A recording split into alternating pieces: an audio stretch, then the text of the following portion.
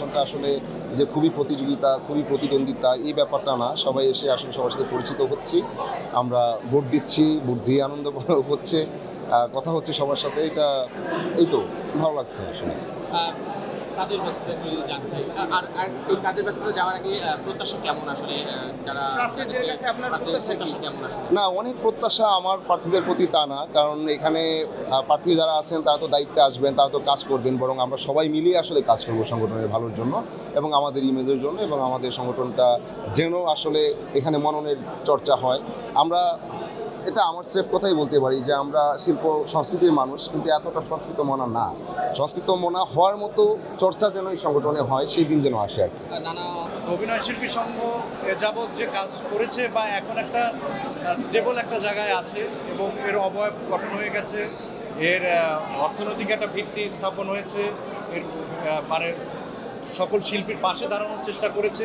তারপরেও তো সকল আকাঙ্ক্ষা হয়তো পূরণ করা যায় না।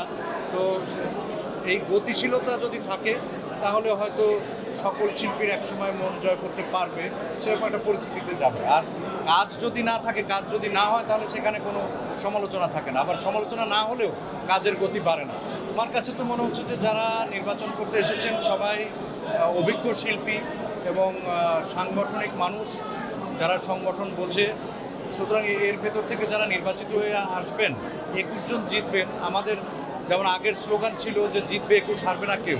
অভিনয় শিল্পী সংঘ সেইভাবেই আছে যে এখানে যদি কেউ হেরেও যায়, ভোটে যদি পরাজিত হয় বা নির্বাচিত না হন, তাতেও কোনো সমস্যা নেই, সব একসাথেই কাজ করবে, সেই প্রত্যাশাটা রাখছে।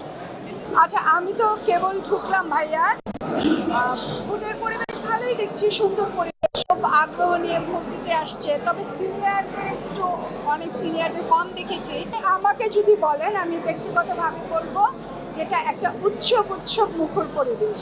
আপনাদেরও আমার মনে হয় তাই মানে ফিল হওয়ার কথা। আমার কাছে উৎসবই মনে হয়। ভোট দিতে আসলে সবার সাথে দেখা হয়, অনেক বছর হয়তো অনেক দিন কারোর সাথে দেখা হয় না, অনেকের সাথে দেখা হচ্ছে, কথা বলছি, ভোটও দিচ্ছি, অন্যরকম একটা।